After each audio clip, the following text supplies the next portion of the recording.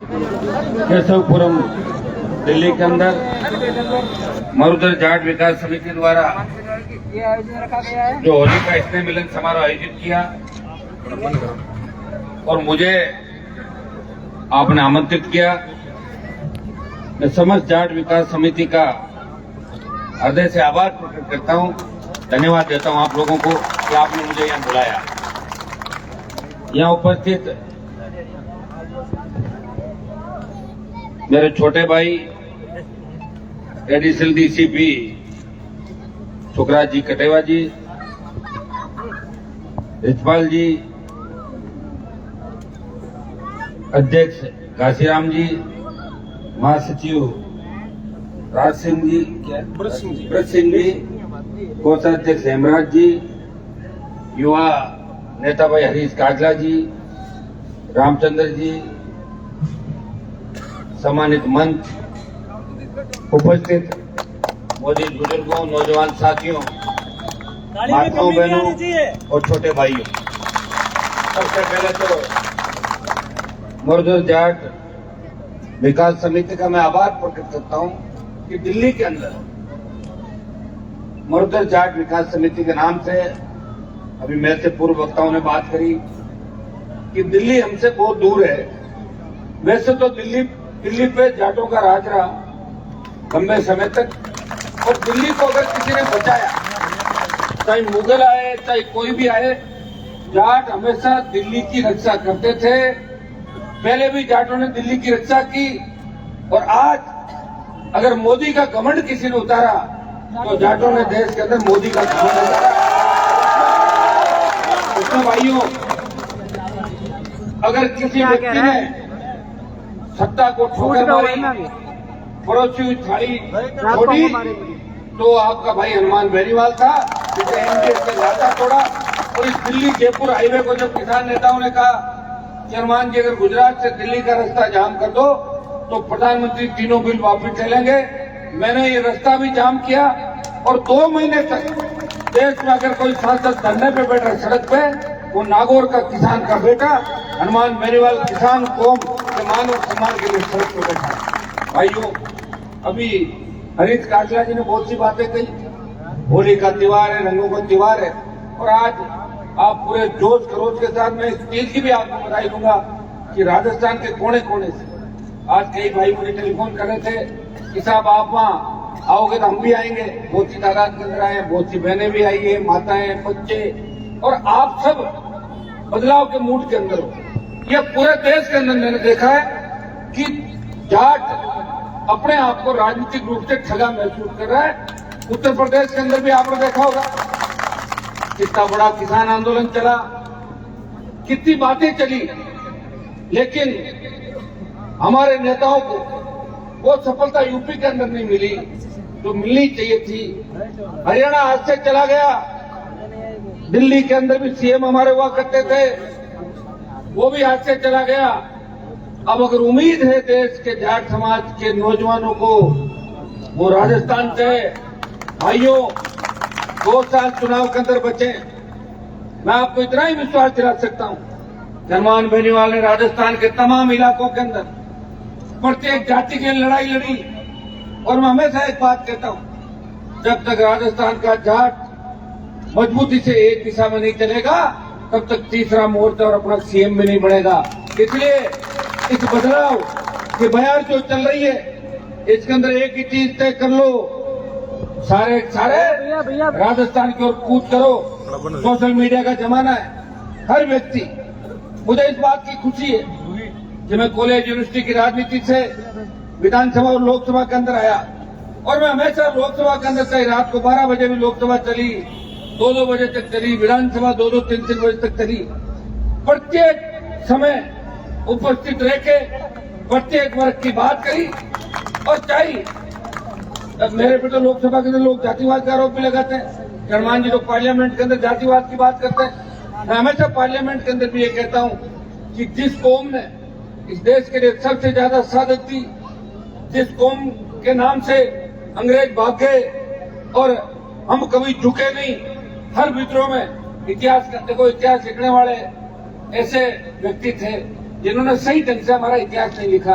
अगर इतिहास सही ढंग से लिखा होता तो इतिहास ज्यादातर जाटों का ही होता देश के अंदर। इसके पीछे क्या था? अब अपन लेखनी में अपने लोग नहीं थे, तो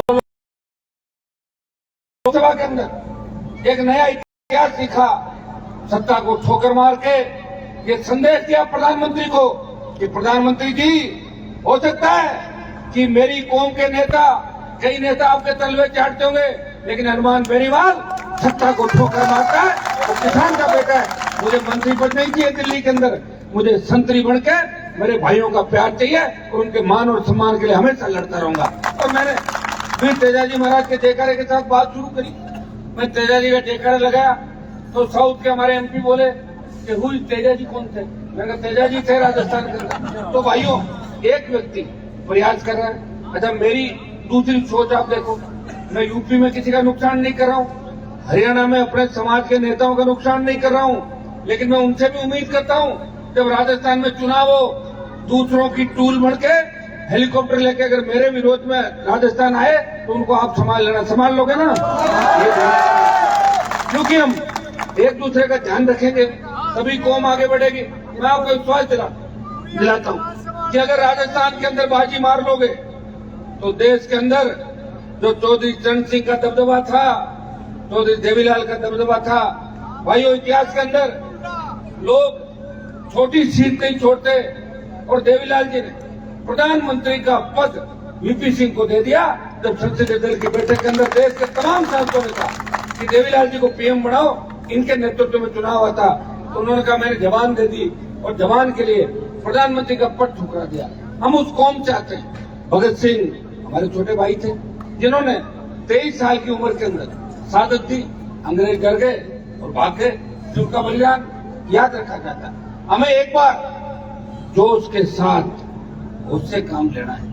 अभी छोटे भाई मेरे सोशल मीडिया पे बहुत एक्टिव है, लेकिन कई बार मैं पोस्टर देखता हूँ कि कोई व्यक्ति अगर मेरे खिलाफ लिख दे तो अपने 5% लोग उसके साथ है, उनको पता नहीं तो किसकी खिलाफत कर रहे हैं। अगर हनुमान बेनीवाल कोई बार बार रिन्यूअल की जरूरत पड़ेगी तो देश में दूसरा नेता कौन है जो तुम्हारी बात करता है देश में? बताओ मुझे। लोग तो कांग्रेस की बात करते हैं, भाजपा की बात करते हैं, अपने दूसरी बात करते हैं, तीसरी जगह जाते हैं। ये व्यक्ति जिसने राजस्थान के अंदर धौलपुर से बाड़मेर और गंगानगर से डूंगरपुर तक हमारे छोटे भाइयों को सबको जगाया और जाट के साथ साथ जाट, गुजर, मीणा, मेघवाल तमाम जातियों को साथ लेके एक भरोसा जाट जाति का तमाम राजस्थान की जातियों के अंदर कायम किया। और उसी का परिणाम था कि देश की बड़ी रैलियों के अंदर अगर रैलियां हुई, व्यक्तिगत रैलियां हुई, तो हनुमान बेनीवाल की हुंकार ने सरकारों को चुका दिया। कर्ज माफी की बात भी कराई, फ्री बिजली की घोषणा भी कराई, स्टेट हाईवे टोल फ्री भी कराए। लेकिन दुर्भाग्य से कांग्रेस की शासन के अंदर भी आपने देखा होगा किस तरह के हालात रहे। देखिए अशोक गहलोत जिसने हमेशा किसान नेताओं को एक एक करके धूल चटाई और अपने लोग मेहनत नहीं करते थे, खाली सीएम बनने के टाइम तैयार होकर आते थे, नहीं तो एमएलए की टिकट लोगों को दिलाते थे। टिकट नहीं दिलाओगे तो सीएम कहां से बनोगे? सीएम के लिए 50,000 विधायक भी चाहिए। बातें जरूर करते थे, इसलिए हमेशा अशोक गहलोत उनको कुचल के आगे आ जाता था। लेकिन अशोक गहलोत के बेटे को हरा के इसके जादूगरी का खिताब लेकर लिया तो मैंने खत्म कर दिया अशोक गहलोत के बेटे को हरा की जादूगरी का खिताब। और भाइयों, जो वसुंधरा कभी किसी के नमस्ते नहीं लेती थी, उसकी मैंने यह हालत कर दी कि बीजेपी के नेताओं को माला पहनाने के लिए 2300-2400 नंबर आता है। और जब जयपुर के अंदर गठबंधन किया मैंने बीजेपी के साथ, तो मैंने इस शर्त में गठबंधन के गृह मंत्री को मैंने कहा, गृह मंत्री जी मैं गठबंधन जरूर कर रहा हूँ, लोग चाहते हैं कि प्रधानमंत्री के साथ आरएलपी पार्टी जुड़े, लेकिन वसुंधरा के साथ मैं मंच पे नहीं बैठूंगा। अगर ये बैठेगी तो गठबंधन नहीं करेंगे। बोले नहीं, इसको बाहर भेज देंगे, आप तो कर लो गठबंधन, और उसको उसके घर पे बिठाया। ये तो असली जाट की बात जो करते हो ना, हमने तो दिखाई। अकेला व्यक्ति हूँ, पार्लियामेंट में लड़ रहा हूँ, विधानसभा राजस्थान की विधानसभा के अंदर भी आपके लिए लड़ते लड़ते सबसे ज्यादा कोई बाहर निकला, सस्पेंड हुआ, घर बैठा और मार्शलों से लड़ा, चाहे सरकारों से लड़ा। तो हनुमान बेनीवाल अकेला व्यक्ति 15 साल तक राजस्थान की विधानसभा और 25 साल सत्ता को ठोकर मार के, मंत्री पदों को ठोकर मार के और आपकी सेवा कर रहा है। मुझे बहुत बड़ी खुशी हुई कि आज आप सब लोग इकट्ठे हुए। यह मेरे हरियाणा की देखो एक बहन भी दिखाई दे रही है, सीकर, झुंझुनू, चूरू से तमाम, नागौर से तमाम लोग आए, अपने और लोगों को शायद आपने आमंत्रित किया था, लेकिन लोकसभा चलने की वजह से मैं भी थोड़ा लेट हो गया। बाकी आपको इंतजार नहीं करा था, इन्होंने मुझे कहा था, मैंने कहा मैं निश्चित रूप से आऊंगा 6-7 बजे। आज लोकसभा लंबी चल गई, बैठे थे, अकेले व्यक्ति हैं, इंतजार करते हैं कब हमारा बोलने का नंबर आएगा, आप समझ गए ना। और नहीं बोले आप कह दोगे अरे यार बोलते ही नहीं तो गया लोकसभा के अंदर, तो वहाँ एक और रोज रोज बोलने में दिक्कत आती है। आपको पता है कई लोग कहते हैं हनुमान रोज बोलता है, एक बार में छपता है टीवी में, जिसको बोलने मत दो। यही तरह के चल रहे समीकरण आप जानते हो सारी। अकेला व्यक्ति हूँ, खुद ही किसान आंदोलन चला, किसानों के लिए मैंने सत्ता छोड़ी, लेकिन मैंने कभी उत्तर प्रदेश हरियाणा के जितने भी बॉर्डर थे वहां जाके मैंने ये नहीं कहा कि आप मेरा अभिनंदन करो, सारी बात करो। भाइयों, अगर इस देश के अंदर सत्ता को ठोकर मारी, या तो अकाली दल ने मंत्री पद छोड़ा या हनुमान बेनीवाल ने आता हुआ मंत्री पद छोड़ के इस देश के अंदर संदेश दिया कि जाट का बेटा हनुमान बेनीवाल सत्ता को कुछ नहीं समझता, वो प्रधानमंत्री के आगे झुकने वाला नहीं है, वो अपनी कौम के जब भी आवश्यकता पड़ेगी तो आगे की पंक्ति में खड़ा मिलेगा। भाइयों, मैं भरोसा दिलाता हूं कि राजस्थान के नौजवानों को जगह दिया। अभी हमारे छोटे भाई जो बता रहे थे काजला जी, आज का नौजवान निश्चित रूप से भटकाव के अंदर है, नौकरियां नहीं लगती। राजस्थान में तो बहुत बुरी स्थिति है, पहले यूपी हरियाणा के अंदर बहुत बुरी स्थितियां थी, अब थोड़ा सा ये अब राजस्थान ज्यादा उसके अंदर आ गया। सबसे ज्यादा पेपर आउट राजस्थान के अंदर, वो बच्चे मेहनत करते हैं, पेपर आउट हो जाता है। आरपीसी से लेके यूनिवर्सिटी के एग्जाम से लेके कर्मचारी चयन आयोग का भरोसा लोगों का उठ गया, हताश हो जाते हैं। एक बार कंपटीशन दिया, 2 बार दिया, सरकारी नौकरी नहीं लगी, परेशान हो जाते हैं, नशे के आदी हो जाते हैं। और मैं देख रहा हूँ मारवाड़ किस इलाके से मैं आता हूँ, बहुत छोटे बच्चे चरस इसमें एमडी का नशा करके और बर्बादी की ओर जा रहे हैं। अगर हमारे जवान छोटे बच्चे नशा करके इस तरह बर्बाद हो जाएंगे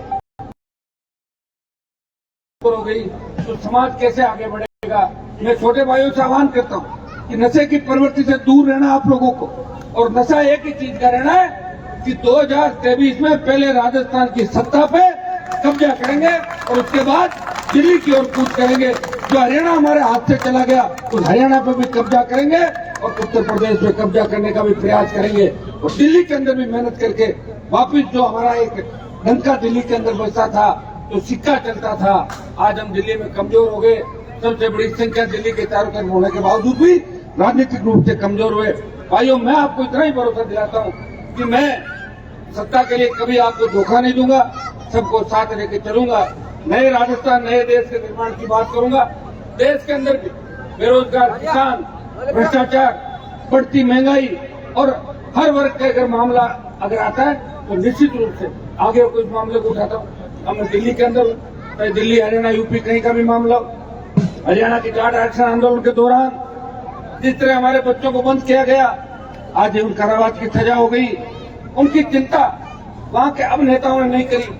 जो नेता सत्ता के अंदर बैठे हैं या सत्ता के अंदर थे, उनको सिर्फ सत्ता की चिंता है। उनको चिंता यह है कि मुख्यमंत्री कैसे बने, मंत्री कैसे बने, उन बच्चों को बाहर निकालने का प्रयास नहीं कर रहे हैं। मैं जब जाट आरक्षण आंदोलन हरियाणा के अंदर चला था, मैं यहाँ तो एक जगह आया और यहाँ की स्थिति देख के मुझे लगा कि मुझे ज्यादा हरियाणा में के बजाय मैं राजस्थान के अंदर कारगर साबित हो सकता हूँ। तो 300 से ज्यादा जगह तो जाट आरक्षण आंदोलन के समर्थन में मैंने कार्यक्रम किए, गिरफ्तारी दी, पुतले जलाए, और हिंदुस्तान की सबसे बड़ी पंचायत के अंदर हरियाणा जाट आरक्षण आंदोलन के पक्ष में तमाम उन मुकदमों को वापस लेने के साथ साथ 9 राज्यों का जो हमारा जाटों का आरक्षण दिल्ली की सरकार ने खत्म किया, उसको वापस दिल्ली की सरकार आरक्षण लागू करे और हाईकोर्ट सुप्रीम कोर्ट के जज जाटों को बढ़ाए। ये बात लोकसभा में अगर कोई कह सकता है तो नागौर का सांसद ही कह सकता है। बाकियों का आप एक काम करना, बाकियों को परख के देख लेना, अगर कहते तो मेरे से वापस बात कर लेना। आप लोग, ये मैं ही हूँ जो हर व्यक्ति की बात करता हूँ, अपनी कौम की बात भी करता हूँ, और किसी कौम का अधिकार अगर है और किसी कौम का हक है हम छीनने की बात नहीं करते। मैं इस कौम में पैदा हुआ हूँ। लोग मुझे जातिवादी नेता कहते हैं, तो मैं उनको कहता हूँ जब हमारा फार्म भरते हैं चुनाव का या नौकरी का, तो उसमें जाति लिखते हैं कि नहीं लिखते पीछे? बिल्कुल लिखते हैं। तो फिर मैं थोड़ा है जातिवाद, तो पहले से मिला पैदा हुआ जातिवाद ही मिला था ये। हम ये भी नहीं कहते, और हम ये नहीं कहते कि दूसरा का कोई छीन के हमें चाहिए। हमें हमारा हक चाहिए, देश की सीमाएं आज हमारी वजह से सुरक्षित है। कि हमारा काम ही रह गया कि देश के अब सीमाओं में जाके गोली खाओ और रैली में भीड़ दिखाओ और सत्ता में दूसरे लोग मजे करें। भाइयों, एक बार सत्ता का आनंद ले लोगे ना, विशेषकर राजस्थान में, यूपी में तो फिर भी आनंद लिया चौधरी चरण सिंह जी के टाइम, हरियाणा तो अपना ही था, लेकिन राजस्थान के लोगों ने तो आनंद लिया ही नहीं। एक बार सत्ता का आनंद ले लो, और राजस्थान से दिल्ली दूर नहीं, देश की तमाम मार्शल जातियां, देश का तमाम पिछड़ा वर्ग, देश का तमाम दलित मुसलमान आपके साथ आने को तैयार है। मजबूती से एक दूसरे को समझो, भाई की मदद करो, और छोटी छोटी बातों में लड़ाई झगड़े मत करो। ये बंद अपने को करने चाहिए। कट्टा पिस्तौल निकाल के छोटी सी बात पे चाकूबाजी कर दे, कट्टा पिस्तौल चला दे तो बर्बाद हो गए, एक तो मर गया और दूसरा जेल जाएगा। इन चीजों का भी हमें ध्यान रखना है, जोश में होश रखना है, और वीर तेजाजी महाराज के आदर्श राजस्थान की राजनीति में, और उसके बाद दिल्ली की ओर कूच करेंगे। ये साबित करना है। मैं इतना ही विश्वास आपको दिलाता हूँ, मैं न कभी झुका, न झुकूंगा, न रुकूंगा, न तो मैं सोऊंगा, और न कांग्रेस और भारतीय जनता पार्टी को छोड़ने दूंगा। ये विश्वास मैं आपको दिलाता हूँ। ये जो कार्यक्रम आपने किया, इसके लिए बहुत बहुत आपको शुभकामनाएं। और हमारे जितने भी समाज के प्रमुख लोग, पुलिस के अधिकारी आए, लोग डर जाते हैं मंचों पर आने से, मैं इन सबको धन्यवाद दूंगा कि अपनी कौम के लिए अगर अपन नहीं जाएंगे तो कहाँ जाएंगे। ये जहाँ भी समाज का कार्यक्रम, ये कोई राजनीतिक मंच नहीं, समाज का कार्यक्रम है, और समाज के कार्यक्रम में हर व्यक्ति को आना चाहिए और अपने विचार उसको व्यक्त करने चाहिए। मैं पुनः आप सबको धन्यवाद दूंगा, विशेष के नौजवानों को, मातृशक्ति को। हमें इस बात की खुशी है कि आजकल जहाँ भी जाते हैं, चाहे राजस्थान, मध्य प्रदेश, यूपी, हरियाणा के अंदर, पंजाब, कहीं भी निकल जाओ, हमारे छोटे भाई भगत सिंह की भूमिका के अंदर चल रहे हैं, और माताएं मैंने झांसी की रानी लक्ष्मीबाई बन के इस भ्रष्टाचार रूपी हिंदुस्तान और राजस्थान का भ्रष्टाचार का खात्मा करने के लिए, भय मुक्त, अपराध मुक्त राजस्थान के लिए कंधे से कंधा मिला के अपनी कौम और किसान को आगे देखना चाहती है। ये बहुत बड़ी उपलब्धि अपने लिए कि हमारी बहनें भी, माताएं भी, और पढ़ा लिखा तबका भी कहीं न कहीं महसूस कर रहा है कि हमें सत्ता मिलनी चाहिए। भाइयों, सत्ता निश्चित रूप से आपको मिलेगी, और सत्ता के पिछली बार मैंने चुनाव के अंदर ये भी कहा था कि अगर राजस्थान का दूल्हा मेरा मन माफिक हो तो मैं बाराती बन जाऊंगा, मैं दुल्हन नहीं बनूंगा। ये बात मैंने पिछली बार भी कही, और अब की बार आप मजबूत रखना, लोग तैयार हैं, तो सब लोग एक ही दिशा में चलना कि हमें राजस्थान की सत्ता पे कब्जा करना है। राजस्थान में कब्जा होते ही हरियाणा तो वापिस आपके हाथ में अपना भी आ जाएगा, अपना भाई है छोटा हरियाणा, और दिल्ली भी आ जाएगा, सारा आ जाएगा। एक दिशा हम लोगों को चाहिए। बहुत बहुत आपको धन्यवाद, शुभकामनाएं सबको, और 2-3 देखा लगाए जोरदार। जय वीर तेजाजी महाराज की।